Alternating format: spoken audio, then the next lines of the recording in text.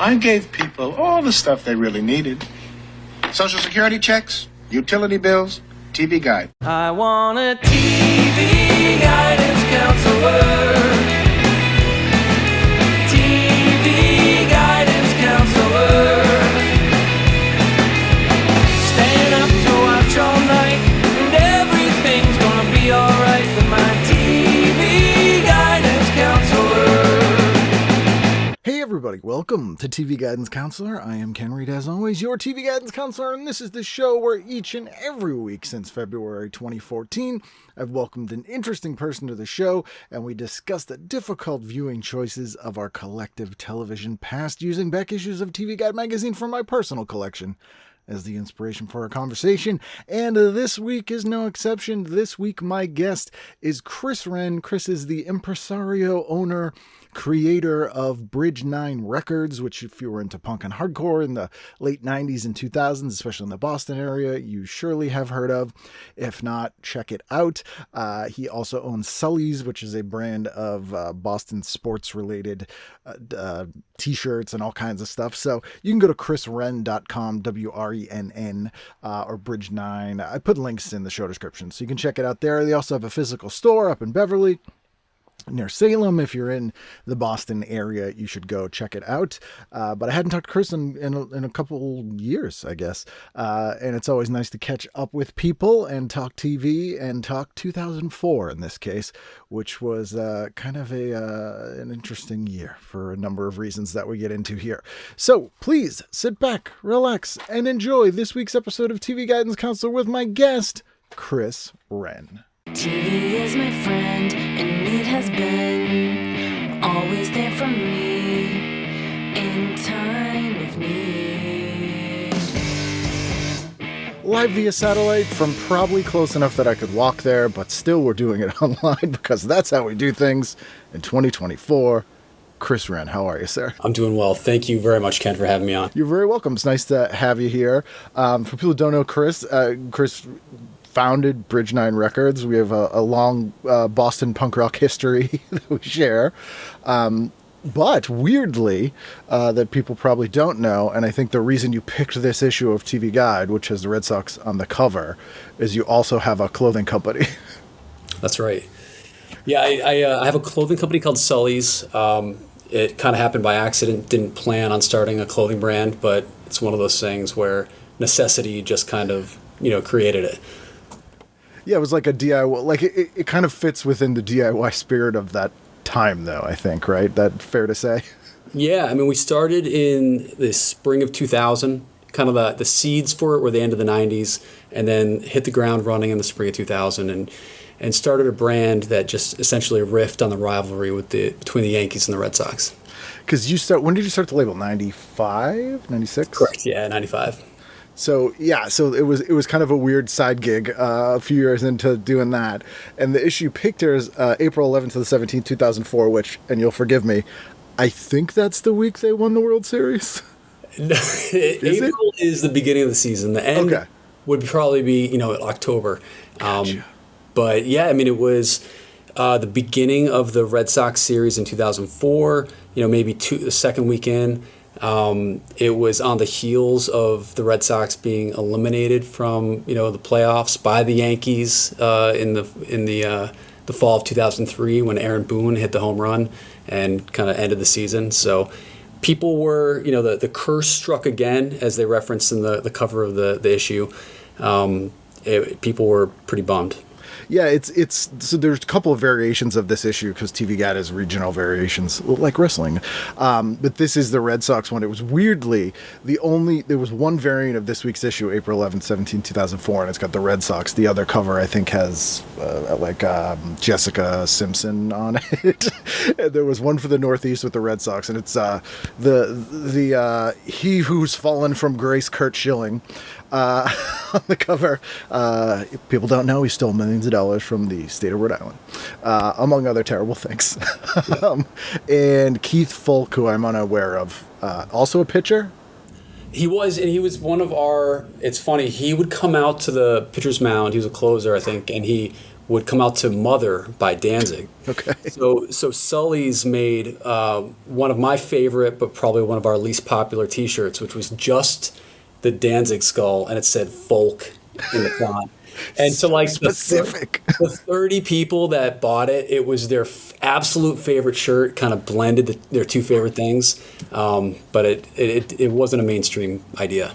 It is funny because I get, because I do this show and always talk about punk rock and stuff all the time, I get so many people who do really cool mashup designs. Like there's a kid, his name is escaping, but he literally just does like punk rock and old TV mashups. So it's like, it'll be like the cover of Milo Goes to College, but it's Darkwing Duck, or like, Failed Imagineer. Yes. Yeah, so we actually just had a flea market here this past weekend at Bridge 9 as part of our celebration of our second anniversary of our store being open, and he helped curate a vendor market. So we had Christopher was here, and it was cool. It's so funny that stuff. I mean, it's easier now because people can do design work there's a much lower technical entry level to be able to do stuff. But, you guys are doing that kind of mashup literally 20 plus years ago. And then you kind of have it now where people are like, oh, okay, I get it. Very specific. Yeah. Weird. Because so many people are okay with shirts that are hard to explain now. Like people question things very much less often. Yeah, and it's funny because Christopher, we were just talking about that. Like he makes super niche things. So some markets that he does really, really well. Other ones, it misses the mark. But it just depends on if people that are really into those very specific niches are there. Yeah, like I have a mashup, the really obscure horror movie Tourist Trap, and the Black Sabbath record Masters of Reality. Yep. And it's like, and I'm like, no one ever knows what this is. Yeah, but I know. We had a great Black Sabbath kind of shirt that said black and gold, for Bruins fans. And I mean, it's one of those things where like if you love Black Sabbath and you love the Bruins, that's perfect. Those five guys are psyched. So this week, were you watching a lot of TV in 04? Was it like all like the season starting? Like you're much more of a sports guy than I am. Yeah. At the time I wasn't even that big of a sports guy myself. I grew into it again. I was a huge Red Sox fan as a kid. Then I discovered skateboarding and kind of walked away from organized sports. And then, again, necessity kind of like came back. I lived a mile away from Fenway Park. So being immersed in kind of the Red Sox culture was something that just came along with it. And I got more interested and more involved. But, at the time it was just a bunch of my friends that were all like hardcore punk fans that lived within walking distance of Fenway Park. So, that week when these episodes aired, I was probably outside of Fenway Park every night during prime time selling stuff to Red Sox fans as they left the game. Yeah, it's I for people who aren't from Boston, I try to explain often just how small it is, but that whole area, which is completely unrecognizable now. Like I've maybe gone down there 10 times in the last 10 years, and I'm like, I have no, like, what is this? There's nothing. I recognize nothing. But the Rat, which was sort of the preeminent punk rock club down there, was the entrance to the all ages shows for the Rat. So you didn't go through the bar. Was a huge parking lot used for Red Sox games, and literally right across the street from like the back of the Green Monster. So there was this weird crossover all the time, and it was a very weird Venn diagram of like punk kids and sports fans, for better or worse. Well, which is funny because our store here in Beverly is half punk rock record store and half Boston-centric sports clothing, and that kind of mix wouldn't work in any other city, but for whatever reason, Boston, it gets a pass. Yeah, I mean, like I remember when Ken Casey put out the Boston Drops the Gloves record, and it was like the thing, and I'm like, this is like a very specific weird thing. It is weird that the sports thing always did kind of, even from like the early 80s days, kind of weirdly fit in. I mean, I've seen photos of Al Burrill from SSD Control, with a guitar covered in Bruin stickers. And this is probably like 1982, 1983.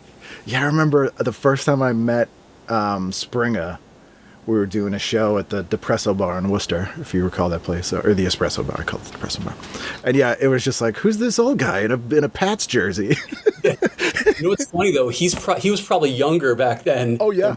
now. Oh yeah, he was probably 10 years younger than we are now, and I'm like, wow, there's an adult here, which is very strange. This is a weird time too for like, speaking of like, the stuff that we're into growing up. Like by 2004, this will sound stupid to people, but like so much stuff had become ridiculously mainstreamed in the weirdest way, where I really noticed it at this time. Like obviously punk rock stuff became very popular, like post Green Day and all that stuff, but like 2004-ish was when we were seeing like NSYNC having like purple hair and wearing like studded belts and stuff. So like your cashier at Shaw's would be looking it became very difficult to visually guess if people liked the same things you did anymore. It's true. Yeah, it's true. And it's funny because I remember being in high school in the 90s, like the early 90s, and there was a girl in my school that had her nose pierced, and she was the girl with the piercing. Like it's crazy, like how, it's a little thing like that, which people wouldn't even blink at now, was like culturally relevant. Like it was kind of crazy. I'm also starting to see people who are like 20, 30 years older than us, so like, or more, like retirement age, with like tattoos that don't look like old sailor tattoos like that age people had when we were growing up. I'm like, oh, that person's got like a band tattoo from a band from the 80s. Yep. That's weird. I expect some weird like Popeye thing going on there. Very strange. I also realized how oddly, and I don't know why, but just looking through this issue, I'm like, 2004 was weirdly horny. This is like a very oddly horny year. There's like a 2-page spread about Oxygen, the Oxygen Network, and which was kind of like a rival to Lifetime, and how they decided to make their niche like the sexy Lifetime. So it's all this stuff, like all these shows they had on, and one of the shows was that show Talk Sex with Sue Johansson, who was sort of like a Dr. Ruth lady, like this old lady, and I never knew what the show was called, but it was always on at like midnight, and I'd get home from somewhere and turn it on, and it was literally this woman who looks like, I don't know, your principal's assistant at school is just like demonstrating dildos on this basic cable station, and TV Guide's like, this is cool. Oh yeah. It's very weird. I don't think I ever caught that show, but I got to be honest, probably during that time, in 2004, I probably wasn't watching as much TV as I probably did earlier or later. Sure. Yeah, it was a very weird, I've mentioned it on the show before because it's a weirdly lost era of media, because I've always tape traded and all that kind of stuff, but weirdly the hardest era of stuff to find is like 99 to 2007. Gone. A big part of that too, I think, was the transition from film cameras to like crappy little like half a megapixel cameras. Yeah. So like I have tons of really cool like photos and ephemera and stuff that that I collected from the 90s, and photos that I took that I have prints from that I could scan and we can put in like reissues and stuff, and yeah. Try and find something good from 2002, and it just doesn't exist because either my hard drive failed that year, or it was like a quarter megapixel camera. Right. Right. It's like 300 pixels wide, and you can't do anything with it. So yeah. I mean, I'm waiting for AI to be at a point, and maybe it is already, where you can just like upload some super shitty old 1999 Digicam photo, and then get like a 12-inch wide full resolution print based on it. Well, that would be a useful use of AI, so we probably won't get that for about a decade. Instead, they'll be like, can I have the list of all the presidents in the form of a rap song? And they're like, woohoo, and it'll be wrong, and yeah, it's oof. This week, also in 2004, J.J. Jackson died, one of the original MTV VJs, at 62, which this was 22 years after MTV started, so he was 40 when he was an original MTV VJ. Wow. That seems old for a VJ, but yes. Young for now. I would never, he seemed like the older guy, but I'm like, wow, dude was 40 with like Martha Quinn, who's like 18. And the game of the week here, New York Yankees versus Red Sox, Friday, 4/16. Yep. I just remember always avoiding the area when there'd be a game, because I lived in Somerville with Mark Lind, and you just couldn't get in there. It was like, I'm not even going to bother.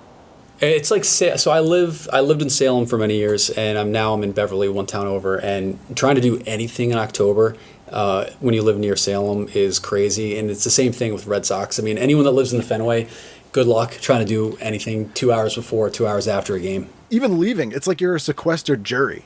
It's like they've closed the border. You can't get in or out.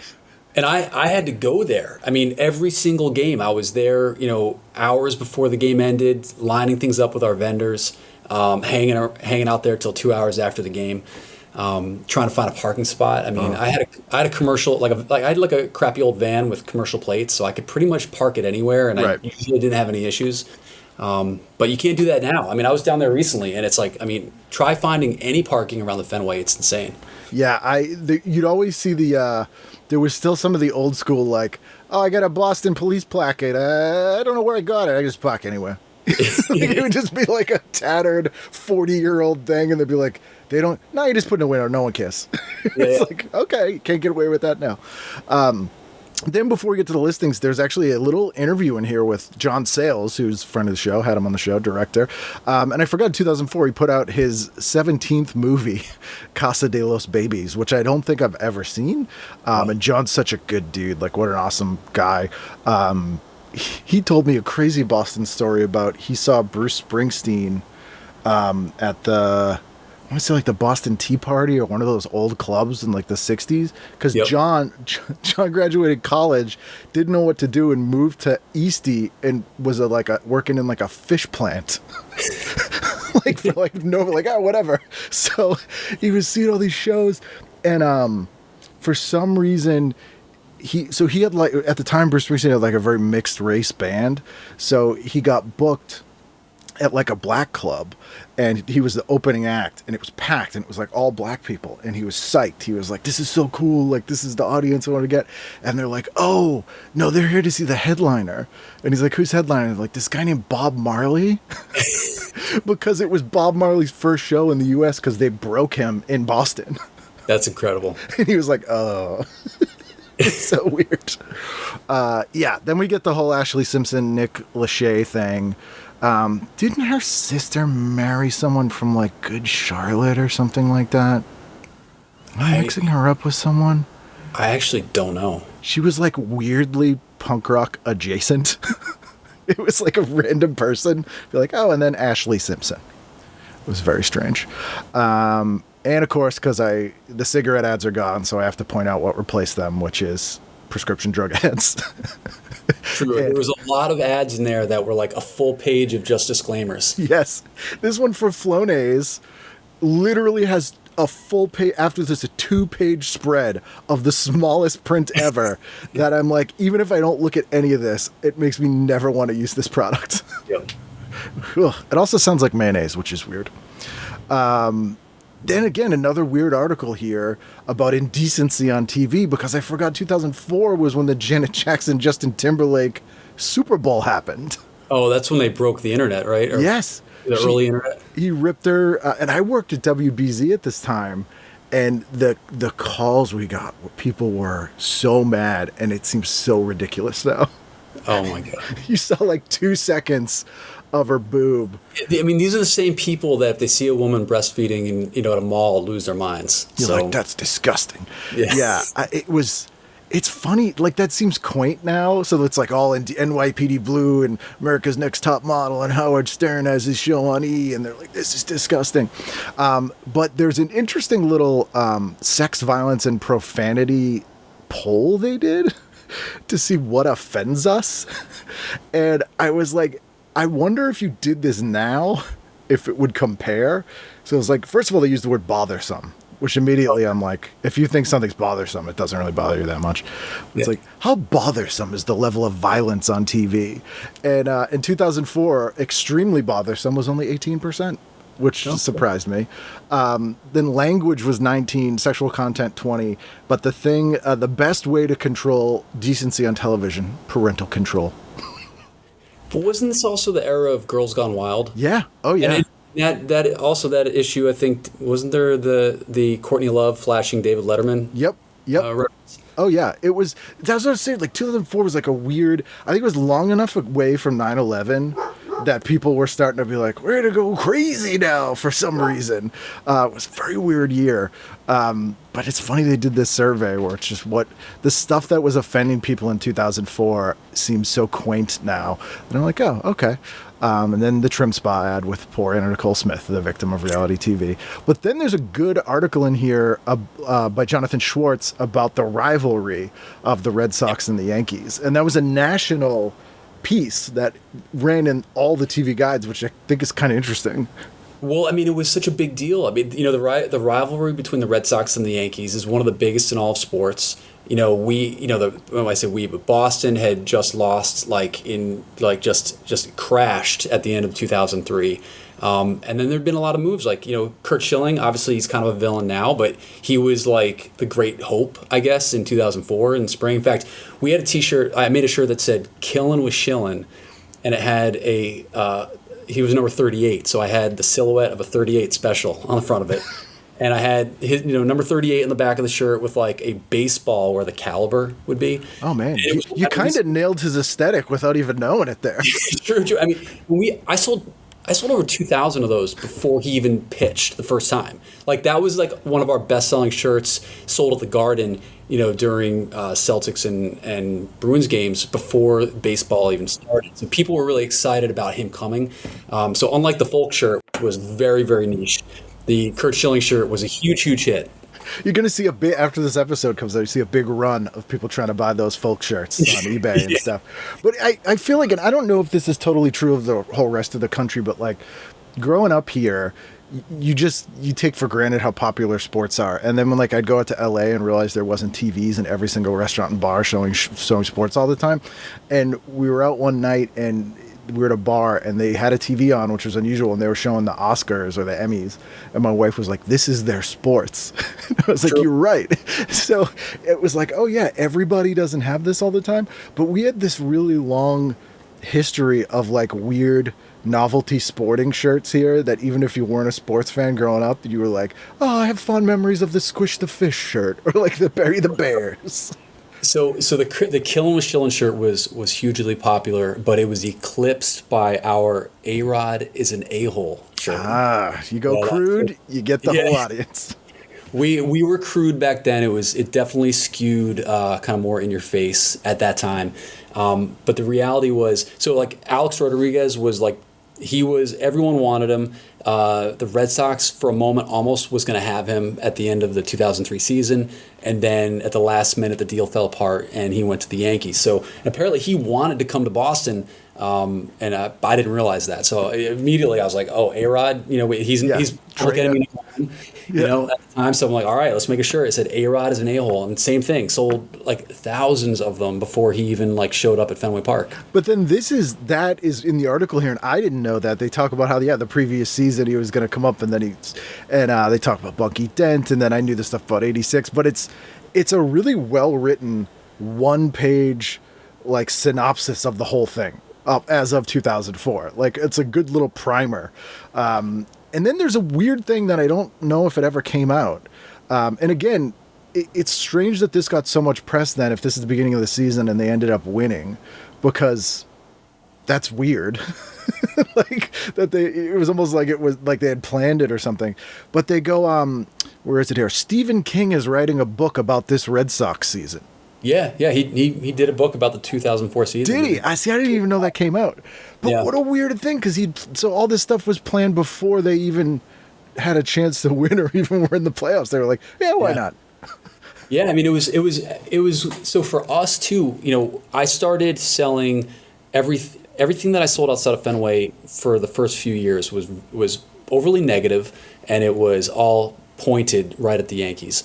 But at the end of 2003, I decided, you know what? We lost. People were bitter. Everyone there was bad feelings about it. But the reality was we'd been focusing so much on rivals and less, on the home team. So I trademarked the phrase "Believe in Boston" in the spring. It was actually in March 2004. So that was right before they came back to win it. I mean, at the time, I think it was 86 years of not going all the way for the Red Sox. It's hard for people to think in those terms now. If you're 20 years old, your entire life the Red Sox have been winners. Yeah. But when I was 23 years old, my entire life the Red Sox have been losers. I mean, I went to Fenway Park with my dad in 1986. The year that they lost to the Mets. I mean, it was people don't realize now how close they would get. Like game sevens of things often, and then just lose. And I mean, I remember when in 2003, we were vending outside of the bars in Fenway Park area. The Red Sox were playing game 7 at Yankee Stadium, but it was one of the very few games where we were actually selling still at Fenway, but there was no game in the park. And we were crushing it because people, I mean, it was game 7, people were excited. But when Aaron Boone hit that home run, there wasn't riots. That's happened a few times, when it comes to Boston sports. Usually with a big win, not with a big loss. Yeah, which is always strange. I'm so mad that I'm happy. Yeah, I mean, people were so bummed. And I just remember seeing everyone single file walk out of bars with their head down, quiet, and just went home. Yep. How New England. Yeah. And it's funny too, like you couldn't give tickets away to stuff then. Like I used to, I say this on the show all the time, like post Larry Bird's Celtics, like the 90s Celtics, they didn't even used to check tickets once the game started. You could literally just walk in. Like if it was cold, we would just be like, let's go sit in there for an hour. And they didn't care because they're like, I don't know, they might buy something. I don't know. And it was like, I say that to people now, I'm like, are you kidding me? I'm like, yeah, they didn't care. Like, no one was buying tickets. Like, Red Sox games, they were dire, but, like, tickets weren't expensive. Like, people didn't really, they were like, why don't I want to go to that? Yeah. You're just going to lose. It was very weird. They hadn't done the park over and all that kind of stuff, too. That's so funny. And I bet when you were like, I'm going to trademark this, they're like, yeah, good luck. Here you go. It's your money. Who cares? Yeah. Yeah. And it wasn't a big thing at first. It's just something that has grown and grown over the years. So let's dive in here. Saturday night. Oh, it starts on Sunday. So I forgot. TV Guide Week used to always go Saturday to Friday. In 2004, this is the last year TV Guide published in the digest format. Yeah, they have an open letter from the editor explaining it. Yeah, they're like, we're changing some things here. So it went from Sunday to Saturday instead. So what'd you do on Sunday? So, well, that Sunday, I was actually, a photo of me was featured in the New York Post about the Red Sox-Yankees rivalry. So I have a photo of me, in my early 20s holding up a Yankee Hater t-shirt on Lansdowne Street that was in an article called Yank and Chains. Post. In the Post about the rivalry and about how the Yankees were coming to Boston later that week. But besides that, if I was sitting down to watch something that night, I saw that the Patriot starring Mel Gibson and Heath Ledger was on. I'm a sucker for a good historical drama.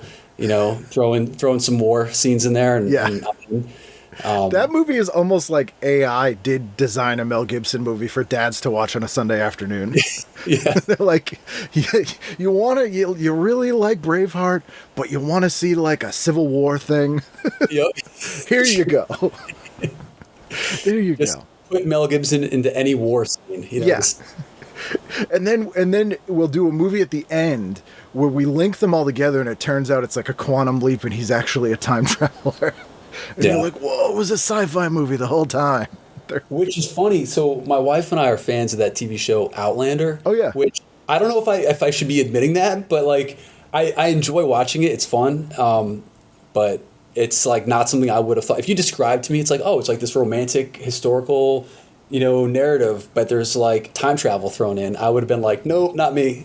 It's so weird. That show specifically, I'd really never heard of. And since I started doing the show, I used to get hired a lot to run panels and Q&As at like Comic-Cons all over the US.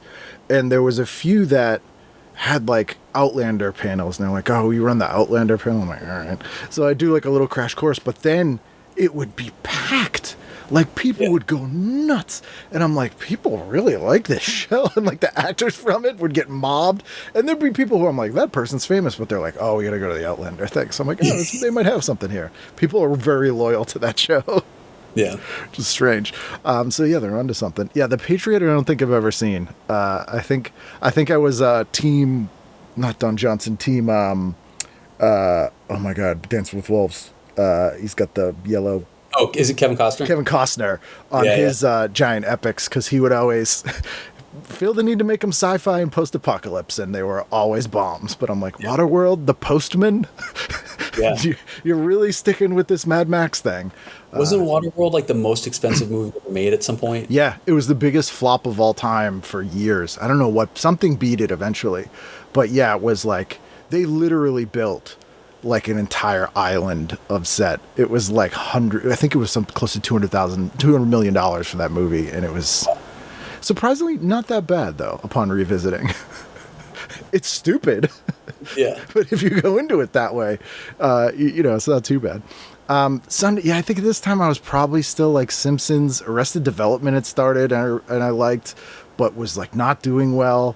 This was a weird era of television where there were a bunch of shows that people look back on fondly now, like they were always popular, but they were actually bombs, and they didn't get popular till they came out on DVD the next year, and people started having their friends like borrow them. Like, you have to watch Arrested Development, here's the DVDs, or this, or Parks and Rec, or whatever. And then people started watching it live. It was the only time I've ever seen that happen. It was a very strange.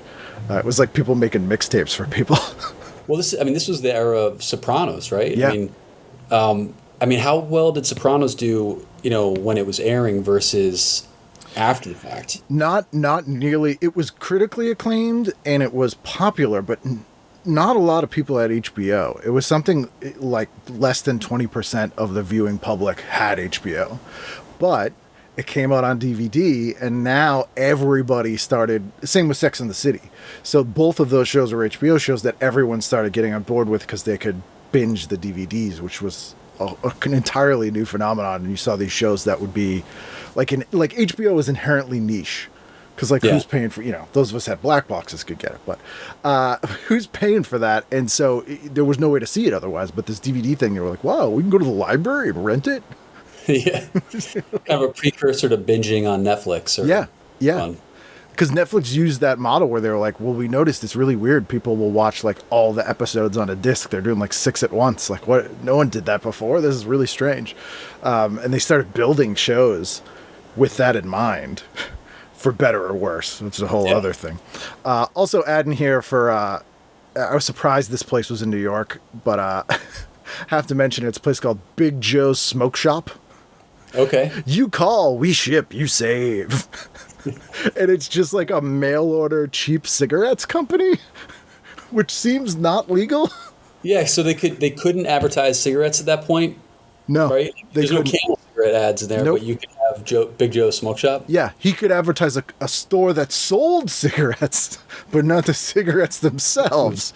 And it's such a cheap ad too. It's like a literal paste up of like a mailbox with like cutout cigarette cartons flying into it, and the Big Joe Smoke Shop's in like Comic Sans. Yep. It's so bad, but it's because they're on a sovereign territory in Seneca, New York.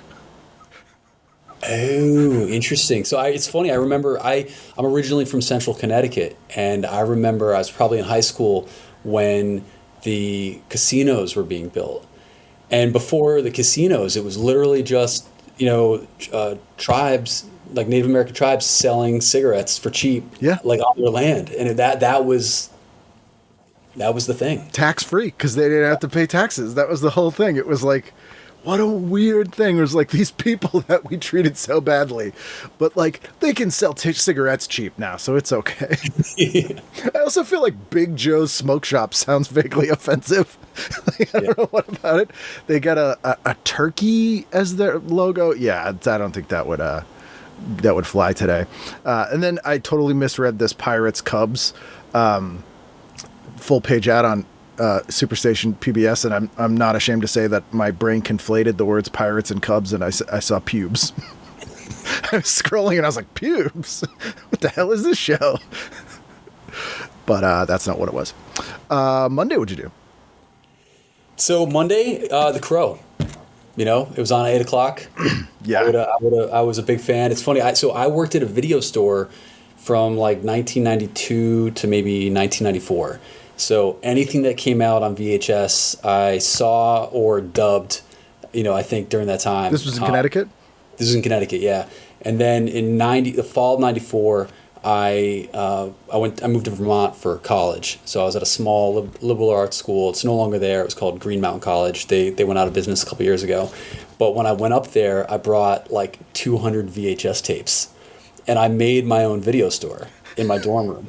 So I literally had the black plastic cases and like 200, like all of them within a year, like good films.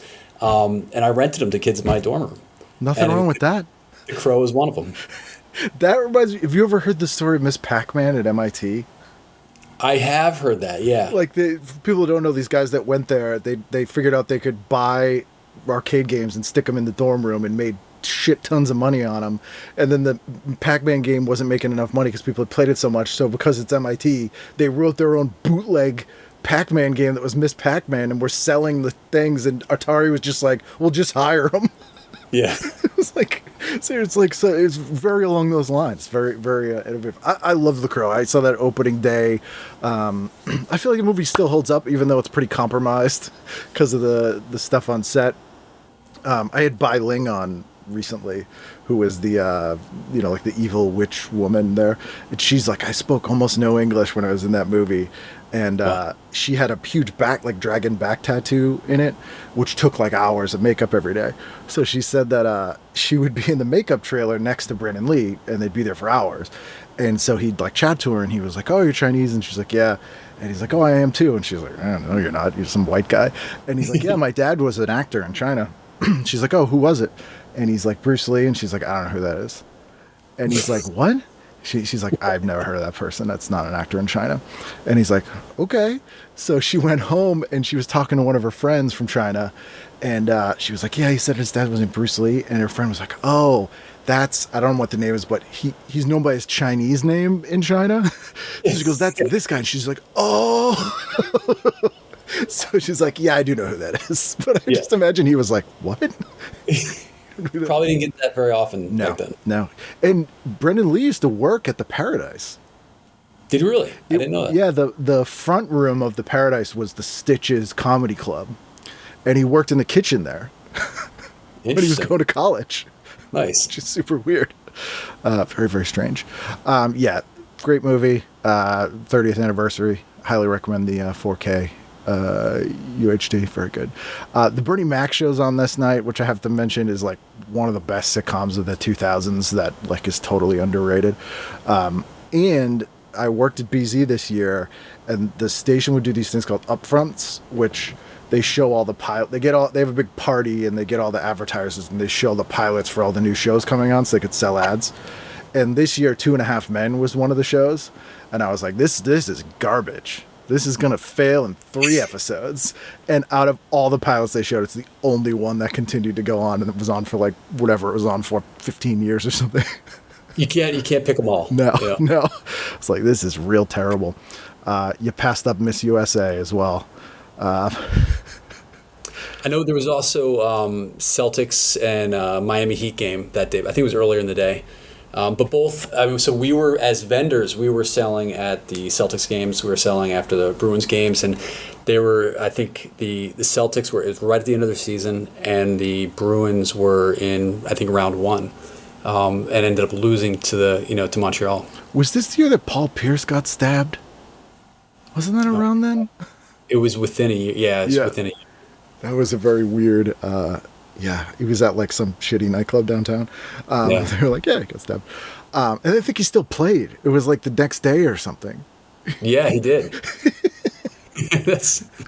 I'm also reminded when I see the Miss USA here, that it'd be really, I don't know if it's an untapped market or not, but like a Boston sports pride level of fandom for your state's beauty pageant person.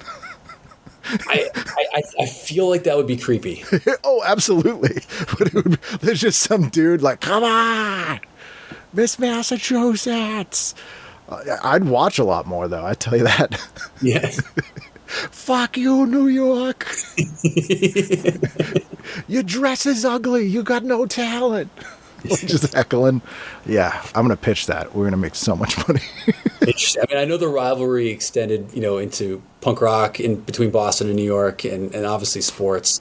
But yeah, beauty pageants might be new territory. Which is weird because I don't know if you experienced this, but once I grew up and started traveling outside of New England, and like was in the South and stuff, I'm like, oh, I have a kinship with everyone from the Northeast. Yeah. Well, it's like it's as if the aliens attack, right? Right. We're all gonna be friends, and we're all gonna work together. Yeah, it's like there's not that much of a difference actually between these two places, but I'm in Georgia and there is. So, where are we? Tuesday? Yeah. So Tuesday, Gilmore Girls, which I would not have watched back then. But my daughter loves Gilmore Girls, so I've gotten sucked in and watched most of the episodes at this point. It's really good. Yeah, it's a fun show. I think I identify most with Kirk because he's the one that has like a million jobs. Yeah. But it's so New Englandy. It's well written, and as a music guy, you probably appreciate, like I did, whenever you see a show and someone's supposed to be like cool and like cool music, it's always like, it's some guy who's like references are 30 years back. It just never works. That show, I'm like, these are pretty dead on. Like, they like know what they're talking about. And it makes sense. Like the jokes make sense.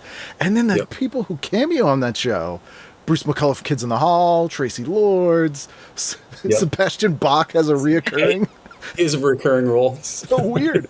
Very good show. I had never seen it, and we watched it for the first time over the pandemic.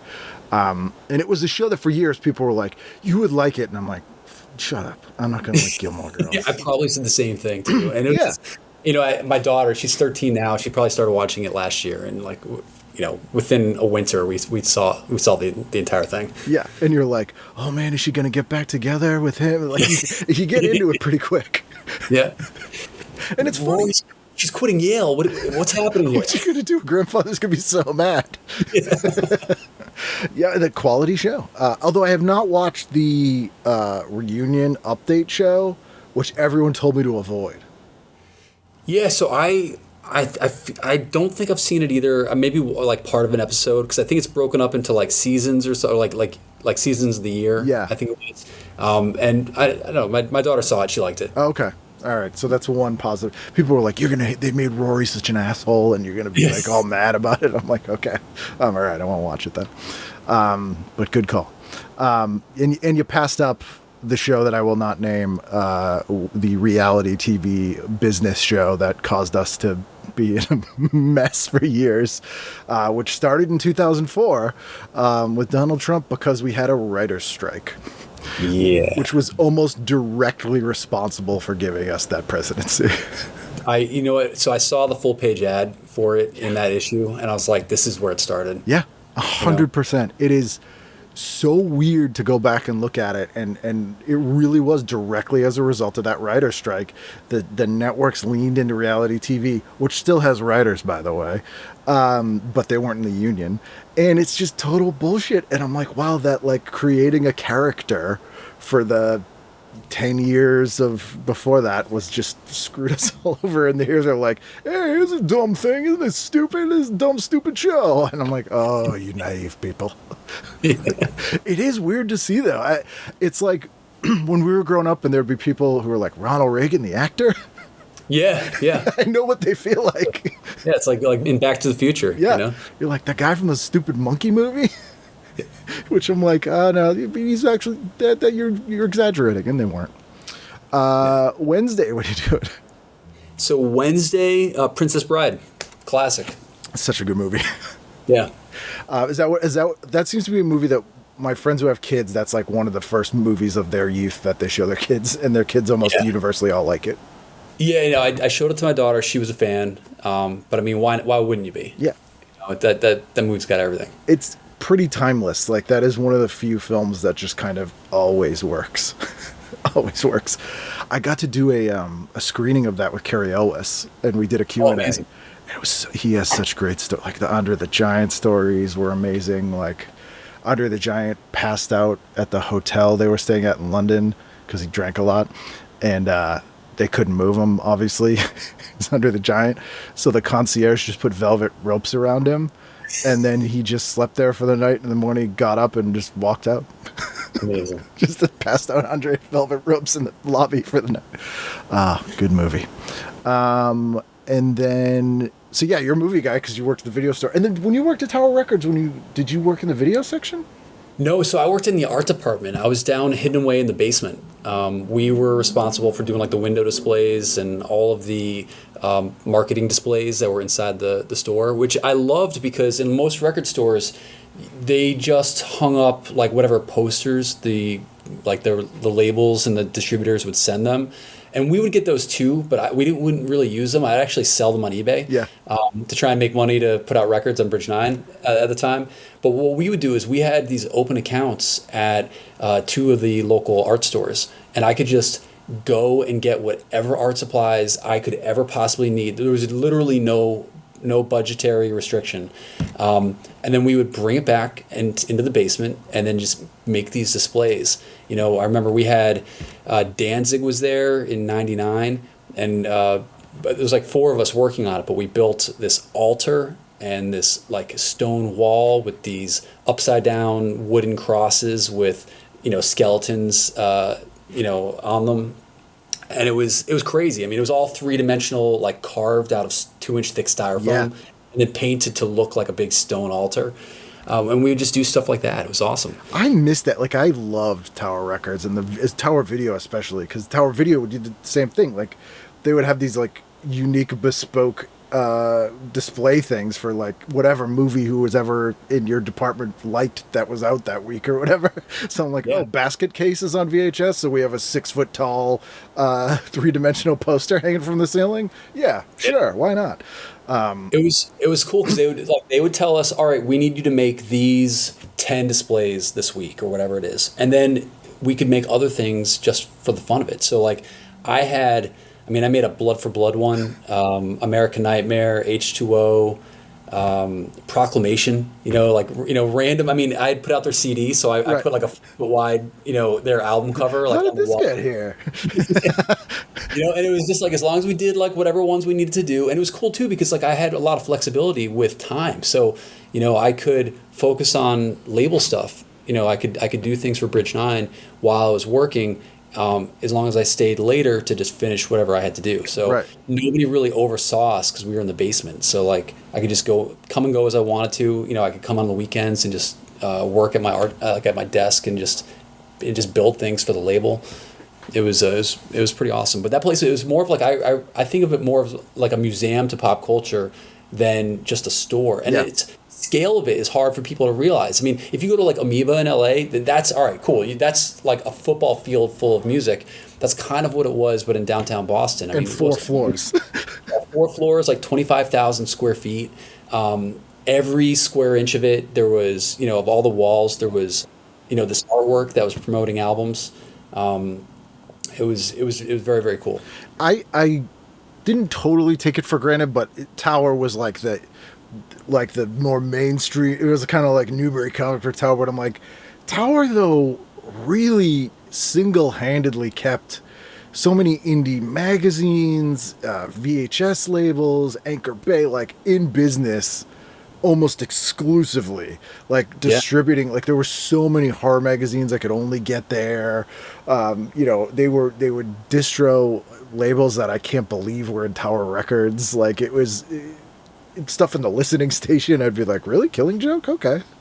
Yeah. They were also open really late. I think they were open till midnight. Yeah. And most places in Boston weren't. Yeah. So, I remember even before I started working there, I would end up there most nights because I'd be out skating and it's, 10:30, 11 o'clock at night and nothing else is open. So, stop by Tower and look through records or, flip through magazines, and it was a place to go. Yeah. They didn't care if you hung out, which was unusual. And Boston still is a very early city. Like midnight, there's almost nothing.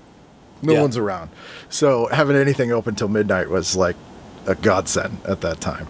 I do love how when Virgin switched there, they tried to do that Walk of Fame thing. They were trying to do like a Hollywood Boulevard type thing. So that was actually during Tower. Was it during Tower? So, okay. Yeah, so I remember they had like their Hall of Fame for Tower Records, and they would have like these like ceremonies where an artist would get like their star or whatever on the side. Yeah, I remember the Boston's when Joe Strummer like presented to them. But I think the first one that was right in the doorway was the New Kids on the Block one. Yep. And at least the last time I was there, the building that was Tower is now, I think, a Target or a TJ Maxx. Yeah, he was a TJ Maxx maybe. But the New Kids on the Block thing was still there. So Really? It just looked like that TJ Maxx was like really into New Kids on the Block. Because none of the other ones were there. It was just because it was like the step at the door when you go in.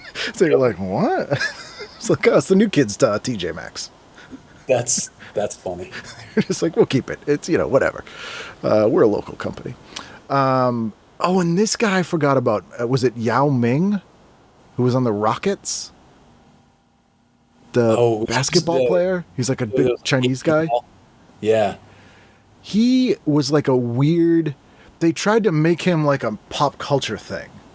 Yeah. Like a Shaq kind of thing. Doesn't always work. No, that did not take. I'm sure he's a nice guy, but he would pop up in things where I'm like, don't make him do that. Yeah.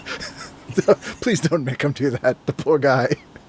It's funny, I heard conversations about this same sort of thing around the Olympics, where some people lend themselves really well to endorsements, and then other people just they have no personality. It's really like square peg, round hole.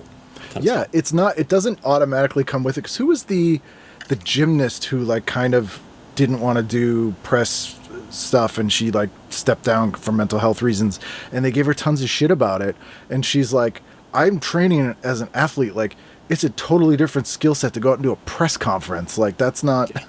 Like, that's really stressful and not something that you could just do. So it's amazing that anyone ever does it. Yeah. So it's like, yeah, why would you be able to do both of those things? I mean, I'm sure being a gymnast doesn't pay very well. No. Overall. I mean, if you're in the Olympics, but it's what it is it's the Wheaties box. Yeah. It's the, insurance company that wants you to pitch their policies. Like, it's, they want Mary Lou Retton to like, pop up as a cameo and host a kids exercise show and whatever. Yeah. But it's like, no, not everyone can do that. All right. Not everyone can have Dennis Rodman's film career.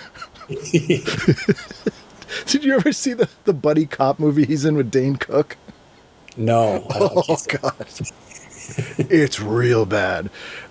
It's called Simon Says, and Dane Cook is sort of like playing a Jim Carrey type. He's like, I'm a wacky detective and I wear Hawaiian shirts and Dennis Rodman's crazy and we have to work together, and it is awful. Like, did whoever make money though? No. I mean, because a lot of this stuff, it's crap, but like someone's making money. Some of those stuff like that, they're like, look, Dennis Rodman's huge in Korea. We'll pre-sell this there. Anything else we make is like gravy at that point. Like, some of those are like that, where it's just like, if you ever see like a random sports celebrity show up in a bizarre movie, like Mike Tyson is in the Ip Man movies, which is Donnie Yen, who's from Chinatown in Boston guy. He's in Ip Man 3, which is a historical movie that takes place in 60s Hong Kong. Like, there's no Mike Tyson with Maori tattoos on his face in 60s Hong Kong. But they're like, oh, people in other territories know who Mike Tyson is. Well, box office here. So I'm like, all right, fair enough. I get it. Where are we? Thursday? So Thursday I picked Sum of All Fears. Ben Affleck movie. The first Bridge 9 release was with a band called Tenfold. That was guys that went to my high school. They were on the A side. It was a split 7-inch, and the B side was Sum of All Fears from Connecticut. Oh, wow. Were they named after the movie? I think they were named after the book. So Okay. that record came out in '96. Okay. So it's probably a reference to the book. This movie, I think, came out probably early 2000s. Yeah, this was... maybe late 90s. We also started to get way more stuff shooting in Boston again around this time. It was a weird resurgence because the Teamsters finally backed off after they strong-armed the Spencer for Hire crew in 1987.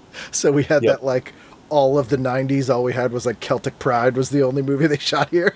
And it was hell on earth for them. But we started around 2004, started getting, like, 2, 3, 4 movies a year shooting in Boston. So it was, like, again, kind of a perfect... That terrible Jimmy Fallon Fever Pitch movie, I think, shot at 2004. Well, it shot in 2004. That's right. And it's actually a fun fact about that movie. So we gave the costume department T-shirts because we were like the T-shirt guys in Kenmore Square, and their costume department was a vacant like storefront in Kenmore Square. So I just gave them a box of shirts, and nothing ever came from it. Nothing ever happened. It didn't pop up. But I years later read a newspaper article where Jimmy Fallon was quoted as saying that he had a T-shirt, one of ours, that said, "Take your 26 rings and shove them up your ass." and MLB made them cut that scene.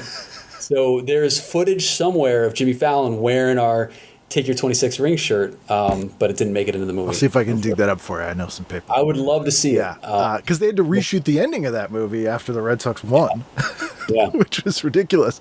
And I see so many comics are extras in that movie. Yep. Because there's like 40 people that are extras in movies because Boston's small. So I end up seeing like these same comics, and there's this guy, Andy O'Feish, who is like kind of a creepy looking dude. And the big climactic love scene where like Drew Barrymore runs across the field, and he's framed like Jimmy Fallon's here, Drew Barrymore's here, and like Andy's in the middle of them in the crowd, just like staring at the camera.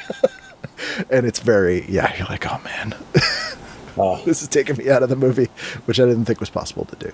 But yeah, when was The Town?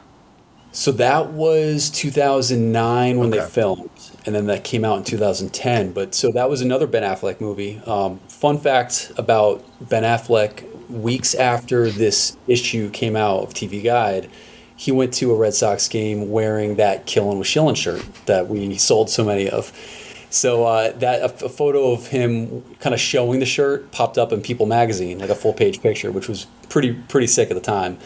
But then, fast forward to 2009, and the costume department for The Town reached out to Sully's and had purchased a few of our T-shirts at Newbury Comics and wanted to use them in the film. So I said, hey, we'll sign whatever you want. That's cool. But also we have an entire website full of other stuff. Check it out. Let me know if you want anything for, to consider it. So like the next day they faxed us, because this was back when people faxed things, 4 pages of handwritten notes of all the things they wanted from Sully's so they could have it in the movie. And it was like 8 of every shirt. Yeah. And like stacks of stickers and everything. I mean, honestly, like, so I hand delivered this stuff. I mean, it was like 4 boxes worth of stuff. At the time it was like $1,200 worth of stuff. And I gave them wholesale rates, which I'm kicking myself now. I learned much later. They're like, they don't have a budget. They're like, whatever. Yeah, they're just like, whatever. They were like Tower Records, in the art department. They're just like, whatever. They're like selling to the military. They're like, $4,000 for this hammer? Yeah, fine. Yeah. So I delivered the 4 boxes of stuff and hit it off with the woman that was doing the costume. She was the costume department person. And it was, they ended up using us for a bunch of things. So like this, the scene where at the end of the movie when they go out onto the ice wearing the new jerseys. Yep. So the costume department got the jerseys, and then the day before realized nobody had printed them. So they called us frantically saying, we need to print like the numbers and like, the name of the team on these jerseys. They're filming it tomorrow. If we don't get them, it's going to like fuck everything up and cost all this money. So how much, we'll pay you whatever. So I think we just like tripled our rates for it. And then the guys came in, Friday night or something, printed all these jerseys and got them in time for the movie. It's when you learn the value of leverage. Yeah. And I waited a year for that movie to come out, and I thought it was going to be like a 90-minute commercial for Sully's based on all the stuff they had taken. And the premiere was at Fenway Park, so we got to go to the red carpet and see that and watch the movie in Fenway Park, and that was very cool. We did not get the 90-minute commercial to Sully's out of it that I was expecting, but we did have a shirt on Ben Affleck, one of our Believe in Boston shirts, and we had this Irish Pub Fight Club shirt at the time that was on Jeremy Renner. So, I mean, it was like Christmas for like the next 6 months. We sold so many of both of those shirts. Oh, I can imagine. Yeah, that's like the best advertising you can get. And it's like the exact target audience. Oh, it was amazing. Yeah. Because Chuck Hogan, who wrote the book, is a buddy, a friend of the show. He's a Framingham guy, big horror movie nerd. And it's funny because Chuck's like, you would never guess that you know, that, and he also wrote Gone Baby Gone, did he? But it's like a very weird thing. It's just like, yeah, it was in there. Yeah, and again, in the town, the security guard at the first bank they rob is Boston comic Tony V. So like, I go see these movies, I'm like, oh, there's this stand-up guy. There's another stand-up. It's just been in everything forever, which is always That's why watching the premiere at Fenway Park was so great, because every time one of these guys was on the screen, everybody that knew him would start yelling. I remember I saw Mystic River at the Assembly Square Cinemas in Somerville when I lived there, and it was like an afternoon showing. So it was me, and then the rest of the audience was like kind of old dudes from Charlestown, like 60-year-old retired guys. And the guys next to me must have known a couple of the kids in the beginning, and they're like, "Oh, here comes Sean. Here comes Sean." Like and then the kid would be up there, and one of the kids swears or something, and the kid goes, "Oh my God, I hope his mother doesn't hear it. Oh, she let him say that?" And I'm like, I'll have to see this movie again because I can't follow anything because of these guys, but also I feel like I got my money's worth. Just hearing the director's commentary. I'm like, yeah, he's acting, you know, that he can swear there, and his mother probably knows. Yeah. She's probably not mad. It's gonna be okay, guys. Yeah. Let's see. Where are we? Friday, final. Oh no, we have 2 nights because it's the weird, different week. So Friday.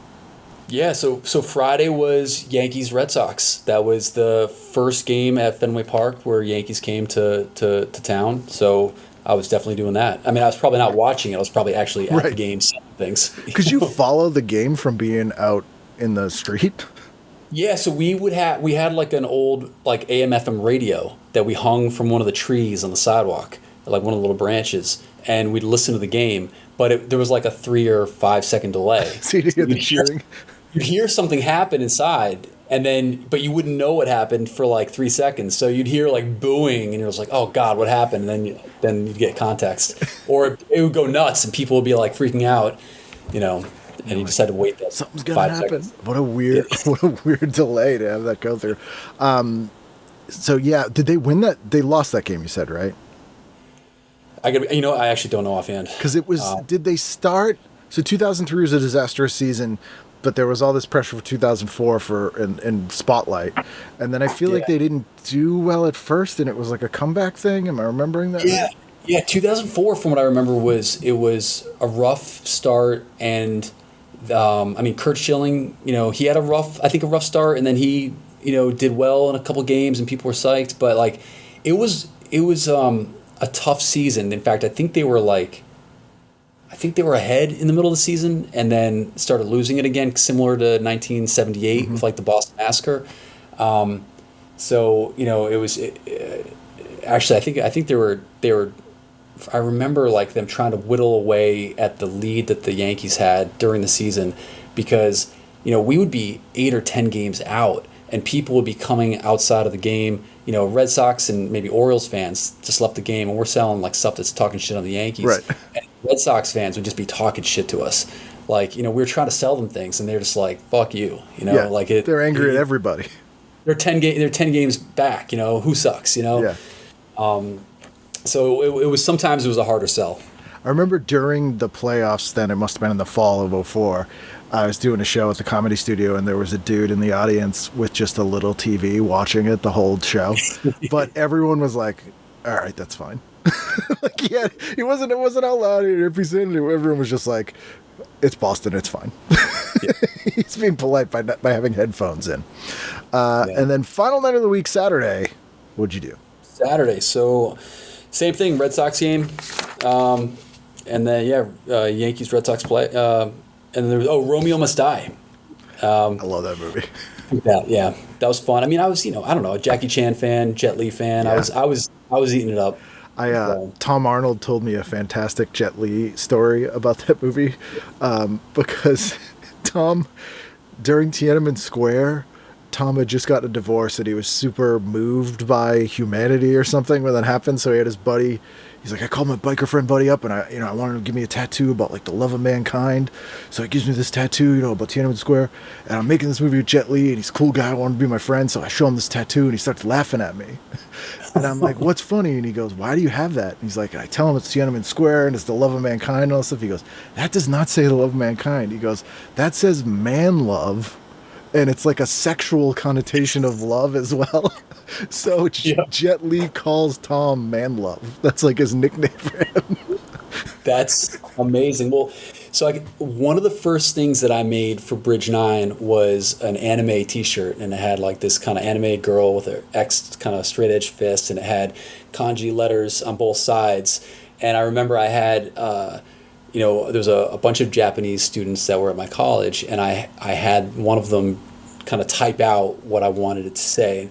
It was like a straight edge shirt. Sure. So, he made it say, I think it was like against bad drugs, I think was the translation. But I remember showing it to multiple Japanese students, like to get the, like, what does this mean? What does this mean? Because I wanted to make sure it didn't say something You ridiculous. didn't want man love on your shirt. Yeah, that happens. Did you ever see the Speed Racer movie? No. Oh, it's awesome. I highly recommend it. Okay. It's like, I saw it in IMAX. I'm a Speed Racer fan anyway. It was a huge bomb because it was like way too weird and kiddie for adults and way too adult for kids, and it's super anti-corporate, and it's the Wachowskis, I think, actually did The Matrix, and it's just it's crazy. It's awesome. If you like anime stuff, it's very, very good. And Chris Rock's Never Scared special premiered that night, so I remember watching that at the time. And birthdays that week. Ed O'Neill turned 58. Oh, wow. So he's almost 80. David Letterman turned 57. Okay. Shannon Doherty, who died this year, turned 33. Rick Schroeder, 34. And Sarah Michelle Gellar, 27. So all those people are now 20 years older than that, if you need to know how old they are. Is there anything else have you been watching? Did you see the show Wayne? Was it Wayne? Yeah. No. Oh, this kid Sean, who was a Boston hardcore kid. He moved out to LA, went to Emerson, and he made this show about this kid from Brockton.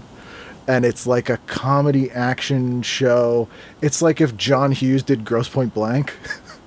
Okay. It's really good. It sounds familiar, and I might have seen one episode of it. It's good. It's like one of the better like Boston shows I've seen, and one of the better shows about like punk rock-ish, because normally they kind of miss the mark for me.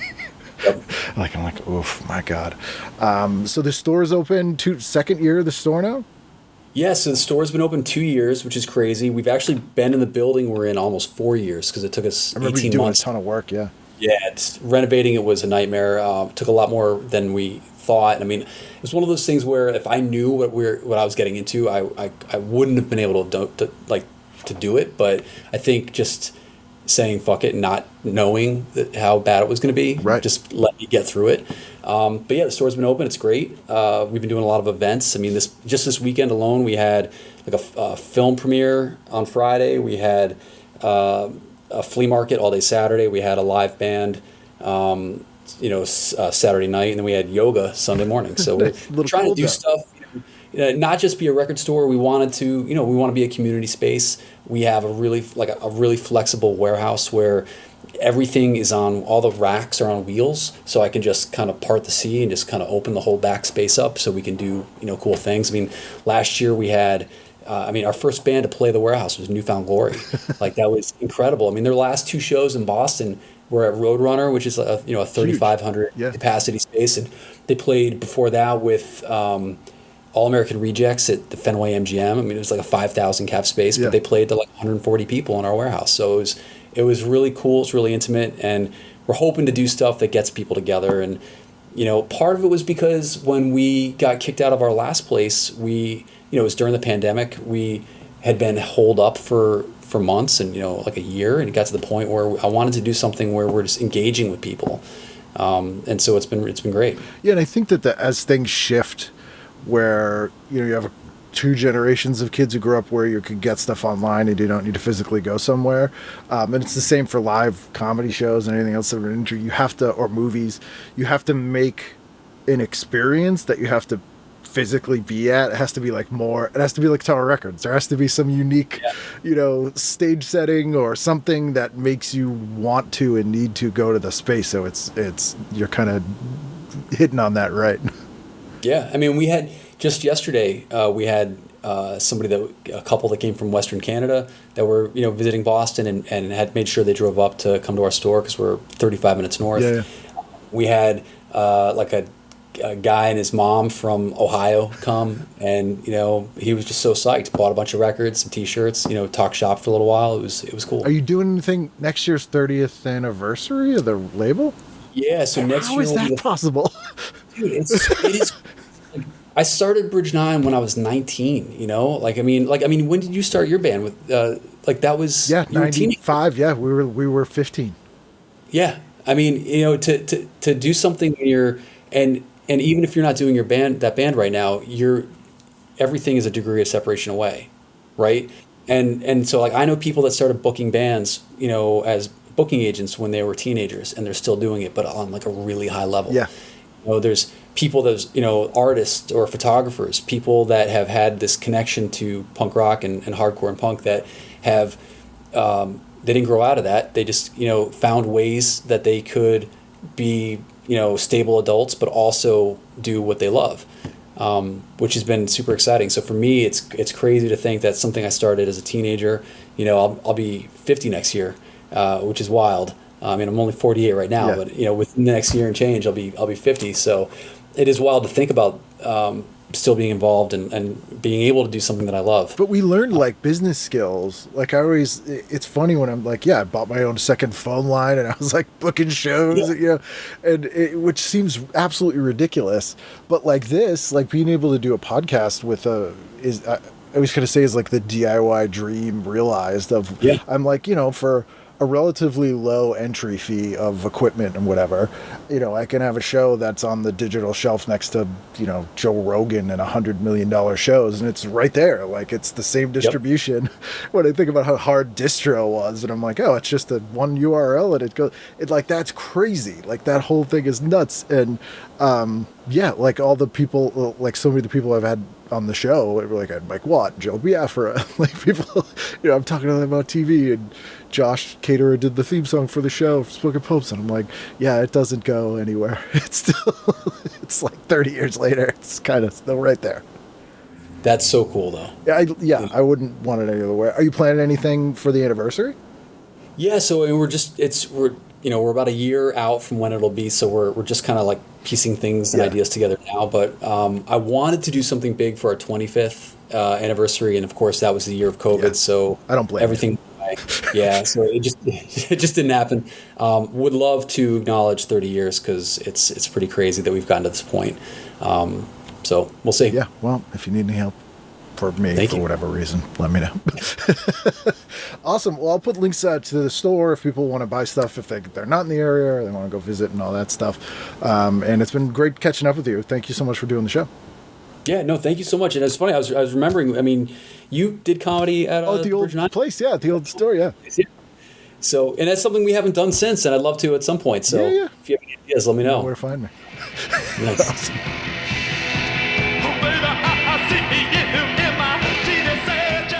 There you go. That's Chris Wrenn of Bridge 9 Records. Surely you own at least one thing that he put out. If you don't, you should go and buy something. The 30th anniversary is next year, which is pretty insane. Hopefully they'll be doing something fun. You can follow me on social media at Kenneth W. Reed or at TV Guidance, and I will share whatever Chris decides on to celebrate the 30th anniversary of Bridge 9 Records next year. You can go to chriswrenn.com. You can go to their store, follow along, do all those kind of things. If you have any questions, or if there are people you'd like me to try to get on the show, or if you just want to talk to me, you can email me at tvguidancecounselor@gmail.com or ken@icanread.com. iCanRead.com being my stand-up comedy page. Or if you have $5 a month or more, become a patron and you would have gotten a PDF of this issue of TV Guide Chris and I discussed, and you could follow along, play along, make your own choices. If you have $1 a month, that's even helpful. If you have nothing and you just listen, that's fine. But if you have a moment, leave a review of the show or tell someone about it. Still trying to always expand the listenership, because it's a good show.